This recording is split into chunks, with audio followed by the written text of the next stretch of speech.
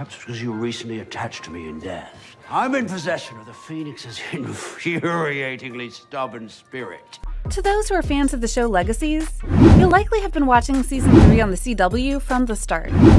Not the least of which is because the arrival of said season was delayed due to the pandemic, like many other shows on the channel. However, it's out in part and many are enjoying it right now. But we know there are some of you out there who will wait until the show's 3rd season is complete before you go and binge watch it and thus enjoy it in full. For those such fans, allow us to show you 6 things you didn't know about Legacies Season 3. Be sure to like the video and subscribe to the channel. Number 6. How Season 2 ended off. So before diving into Season 3 and all that you should expect, you need to recall how Season 2 left off, because like many shows on the CW, and beyond early 2020, the season didn't end like it was supposed to.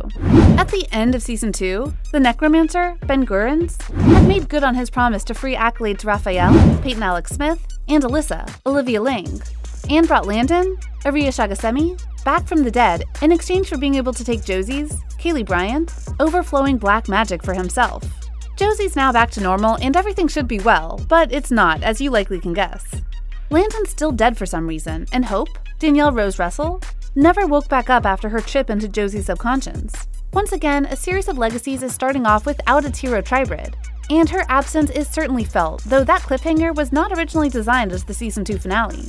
Production had to shut down last spring with several episodes left unfinished. But as showrunner Brett Matthews explained to E! News, the intended finale will be at the beginning of Season 3. Because, like other CW shows, they've had to both pivot and yet make the next season while still maintaining the story that they had planned overall.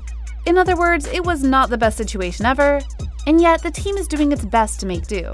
Basically, the first chapter of Season 3 is the resolution of Season 2 storylines, and Episode 4 is the finale we would have gotten last year. Matthews said it's definitely a larger episode than usual. Post-COVID Legacies will then actually start with Episode 5. We know that's a lot to process, but it's necessary given all that's gone on over the last year. And there's a lot to take note of for sure. Number 5. Hope and Landon's situation. For the record, we won't spoil what actually happened in Season 3 yet, so don't worry about anything infinitely revealing from the showrunner, as his messages were from the day of the premiere and not after it. Anyway, one of the biggest questions, as noted, was about the fate of Hope and Landon. Because one's dead, one's asleep, and no one is really sure why. So how big is this development? I mean, it's massive. Legacies goes through Hope. Legacies is built on the legacy of Hope Michelson, and the twins. But what even is Legacies without Hope? So the impact of that is absolutely massive. And we certainly look forward to having her back in our world and resuming her rightful place as the lead of our show. The joy that comes with that challenge is that we get to put some of the other characters in the spotlight. So that's been really exciting, but certainly anything going on with Hope in the world of the show is just huge. What does the Super Squad do in Hope's absence? The monsters don't stop coming just because Hope is sleeping. So how do they rise to the challenge? A worthy question indeed. And you'll have to go and watch Part 1 to get some of these answers. But given the show itself and its own history, you can bet that things won't go the way you are expecting. Number 4. Monster of the Week stories. There are many tropes in television and movies that are done to allow certain kinds of storytelling, and the CW is the master of this with shows like Legacy and the Arrowverse, by focusing more on the Monster of the Week thing rather than going on another track. And despite what some have been asking for, Legacy Season 3 will continue that trend. Legacies is very much built on a Monster of the Week model. That's always what it was intended to be. Some people like it and some people don't, but it's very much in our DNA, and that will continue. For us, the monsters are interesting enough in and of themselves, but it always comes from a place of character, and I think the monsters allow us to shed light on the sort of thematics of an episode, and highlighting a personal journey. That will continue. But I also think you will begin to see the beginnings of new mythology on the show, and evolving and growing up a little. The show will grow up, but the tone of Legacies is, by its very design, a lighter, sunnier, more optimistic viewpoint on the world than the Vampire Diaries or the originals ever were. So there is some change, and fans should be grateful for that. But it's not the full change that some would appreciate. But you'll have to judge for yourselves how good it is based on what's presented. Number 3. Josie. Now let's talk about Josie. She went very dark in Season 2 and not only killed a classmate, but tried to absorb her own sister. Now that she's back with the school, it can't all be smooth sailing for her, as that would cause too many issues with others, correct? You know, I think that is the question. It's exciting to see Josie back with the gang, but she also has done some things that have to be reckoned with. And that'll be a big deal for the character, for her role in the show. And of course, it profoundly impacts Lizzie, who has always had a very clear dynamic with Josie. I think Lizzie really is at a point where she's got to decide. Is the old bag of tricks the right one, or am I, as a human being, evolving past that? I think that's part of the fun of the premiere, is to see Lizzie being there for Josie in the way Josie is typically there for Lizzie. No doubt you'll want to watch just to see what happens with Josie. Number 2. The Necromancer. Very much one of the focal points of the current season of Legacies is that of the Necromancer. He caused a lot of trouble in the Season 2 finale, and Matthews had a lot to say on his current and future place in the show. He's just a character we love.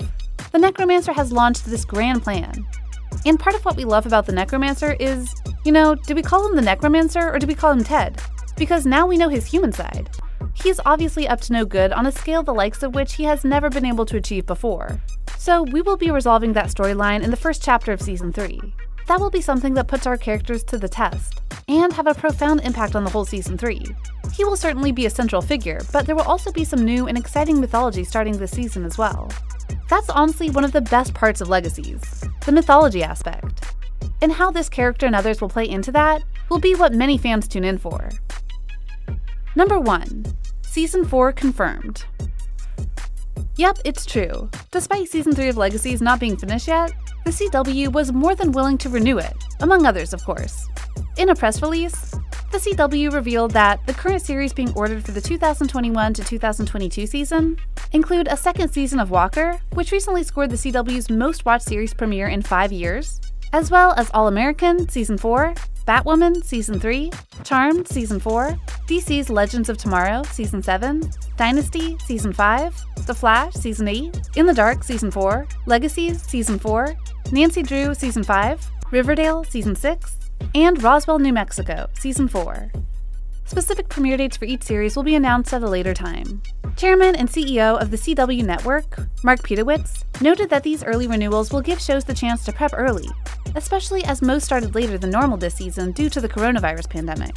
Though we're just a few weeks into the new season, we wanted to get a strategic head start on next season with these early renewals, which allows our production team to start laying out story arcs and hiring staff, and at the same time continues to provide us with a strong, stable schedule to build on for next season, he said in the press release.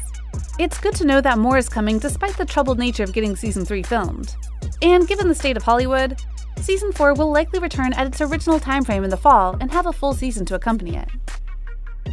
So what do you think? What do you think of this look at the ongoing third season of Legacies and all that you need to know before you go and start watching it yourself? Are you indeed someone who is waiting for the season to end so you can binge it? Or if you're watching the season right now, what do you think of it? Are you glad there's going to be a Season 4?